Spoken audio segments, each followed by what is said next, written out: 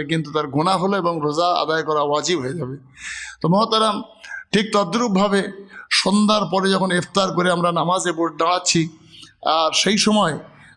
খাদ্যদ্রব্য যেটা আমরা খেয়েছিলাম ইফতারের সময়, সেই দ্রব্যাদি আমাদের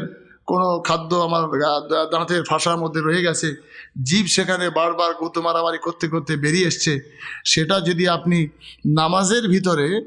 গলার হুলকুনির নিচে ফেলে দেন তাহলে কিন্তু আপনার নামাজ ফাসিদ হয়ে যাবে। সেই জন্যে ইফতার সামগ্রী যদি দাঁতে বাঁধা নামাজের মধ্যে বেরিয়ে আসে তাহলে আপনি আঙুল দিয়ে সেটাকে হাতে নিয়ে আপনার কাপড় চোপড়ে যেখানে হোক যেভাবেই হোক সেটা ফেলবেন, যেন খাদ্য গালের নিচে হুলকুনির নিচে না চলে যায়। অর্থাৎ নামাজের মধ্যে খাওয়া পান করা, কথা বলা যেমন নিষেধ,